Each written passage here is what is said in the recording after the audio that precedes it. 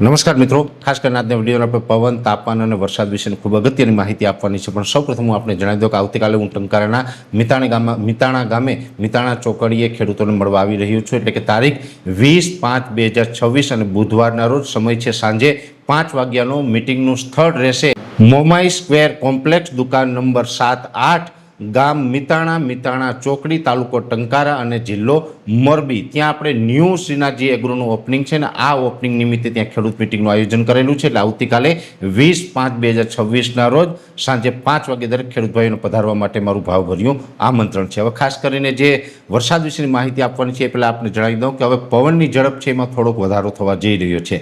અત્યારે નોર્મલ જે 18થી 21 કિલોમીટર પ્રતિ કલાકની ઝડપ પવન ચાલી રહ્યો છે એની જગ્યાએ આવતીકાલથી પવનની ઝડપમાં ધીમે ધીમે વધારો થશે અને લગભગ આવતા એક અઠવાડિયા સુધી પવનની ઝડપ છે એ 22થી લઈને 25 કિલોમીટર પ્રતિ કલાકની ઝડપ જોવા મળે તેવી શક્યતાઓ છે. વચ્ચે વચ્ચે ક્યારેક પવનની ઝડપ 25 કરતાં પણ વધી શકે છે. બીજી તાપમાનની વાત છે તો તાપમાનમાં આમ જોવા જઈએ તો એપ્રિલ મહિનાની 9 તારીખથી સતત આપણે ઊંચા તાપમાનનો સામનો કર્યો છે, જેમાં એવરેજ 40 ડિગ્રી ઉપર તાપમાન નોંધાયું હતું. પણ આવતીકાલથી ધીમે ધીમે તાપમાનમાં ઘટાડો થશે. જોકે તાપમાનમાં ઘટાડો થશે, અચાનક બહુ મોટો ઘટાડો નહીં હોય, રોજ 1-1 ડિગ્રી ઘટતું જશે અને આવનારા 2 થી 3 દિવસ પછી તાપમાન ઘણું બધું નીચું આવી જશે. મોટાભાગના વિસ્તારોની અંદર 40 ડિગ્રી કરતાં નીચું તાપમાન આવી જાય તેવી શક્યતાઓ છે. એટલે આવતા અઠવાડિયાની અંદર તાપમાન છે લગભગ 36થી લઈને 38 ડિગ્રીની રેન્જમાં જોવા મળે તેવી શક્યતાઓ છે. એટલે તાપમાનમાંથી એક રાહત મળવાની છે. આ એક મોટા સમાચાર છે. બીજી વાત કરવાની છે વરસાદની. આમ જોવા જઈએ તો વરસાદ માટે અમે ઘણા સમયથી આપણે એક આગાહી કરી હતી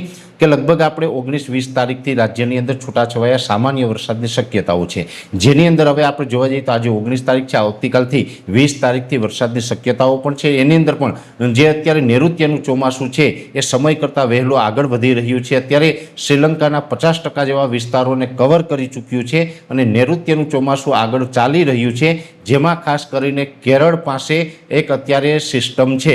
જો કે અમે ઘણા સમયથી કહેતા હતા કે તમિલનાડુ થઈને કેરળ આવશે ને કેરળમાંથી અરબ સાગરમાં એ સિસ્ટમ જોવા મળશે. અત્યારે કેરળના દરિયાકાંઠે અરબ સાગરની અંદર એક અપર એર સાયક્લોનિક જેવું એક સિસ્ટમ અત્યારે જોવા મળી રહી છે અને આ સિસ્ટમ છે એ ઉત્તર પશ્ચિમ દિશામાં ગતિ કરી રહી છે. ઉત્તર પશ્ચિમ દિશામાં ગતિ કરી રહી છે એટલે ગુજરાત ઉપર આ ડાયરેક્ટ આવવાની નથી, છતાં પણ આની અસર છે એ ગુજરાતમાં જોવા મળશે ને એક પ્રકારે પ્રી મોન્સૂન એક્ટિવિટીના ભાગરૂપે વરસાદ હશે, જેમાં લગભગ આવતીકાલે 20 તારીખથી લઈ અને 27-28 તારીખ સુધી રાજ્યની અંદર છૂટાછવાયા વરસાદની શક્યતાઓ છે.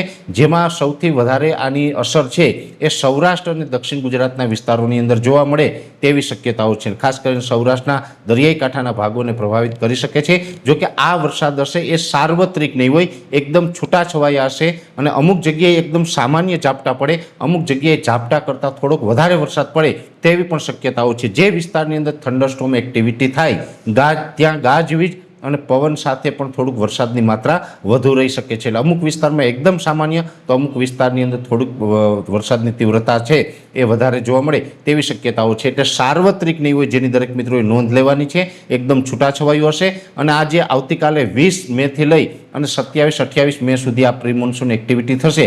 એમાં રોજે રોજ નહીં હોય, કદાચ એક દિવસ હોય, 1-2 દિવસ ન હોય, વળી પાછું 1-2 દિવસ હોય, આ પ્રકારે આ વરસાદની એક્ટિવિટી થાય તેવી શક્યતાઓ છે. એટલે દરેક મિત્રોએ આ વસ્તુની નોંધ લેવાની છે. જોકે આ જે 20 તારીખ આસપાસથી વરસાદની શક્યતાઓ છે આ તો અમે ઘણા લાંબા સમયથી આપણે જણાવતા આવ્યા છે. આપણે એપ્રિલ મહિનામાં પણ આ તારીખનો ઉલ્લેખ કર્યો હતો અને આજે પણ જણાવી રહ્યા છે કે આવતીકાલે 20 તારીખથી રાજ્યની અંદર વરસાદી ગતિવિધિ ક્યાંય ને ક્યાંય જોવા મળી શકે છે. એટલે આ એક પ્રકારની પ્રી મોન્સૂન એક્ટિવિટી હશે, કેમ કે ચોમાસું છે એ ઝડપથી આગળ વધી રહ્યું છે અને એને કારણે એક જે સિસ્ટમ ડેવલપ થઈ છે આ સિસ્ટમ છે એની અસર હેઠળ હવે આપણે આ રાજ્યની અંદર અલગ અલગ વિસ્તારોમાં વરસાદ જોવા મળશે. એટલે પવન, તાપમાન અને વરસાદ વિશેની ખૂબ અગત્યની માહિતી હતી એ મેં આપને આપવાનો પ્રયત્ન કર્યો છે. વિશેષ માહિતી છે એ નેક્સ્ટ વિડીયોમાં આપવામાં આવશે. અત્યારે આ વિડીયોની અંદર એટલું જ. અંતમાં દરેક મિત્રોને વિનંતી રહેશે કે આ વિડીયોને લાઈક આપીને દરેક ગ્રુપમાં શેર કરી દેવો. જો તમે અમને યુટ્યુબ ઉપર જોઈ રહ્યા હોય તો ચેનલને સબસ્ક્રાઈબ કરજો, સાથે ફેસબુક તથા ઇન્સ્ટાગ્રામ આઈડીને ફોલો કરજો. નમસ્કાર.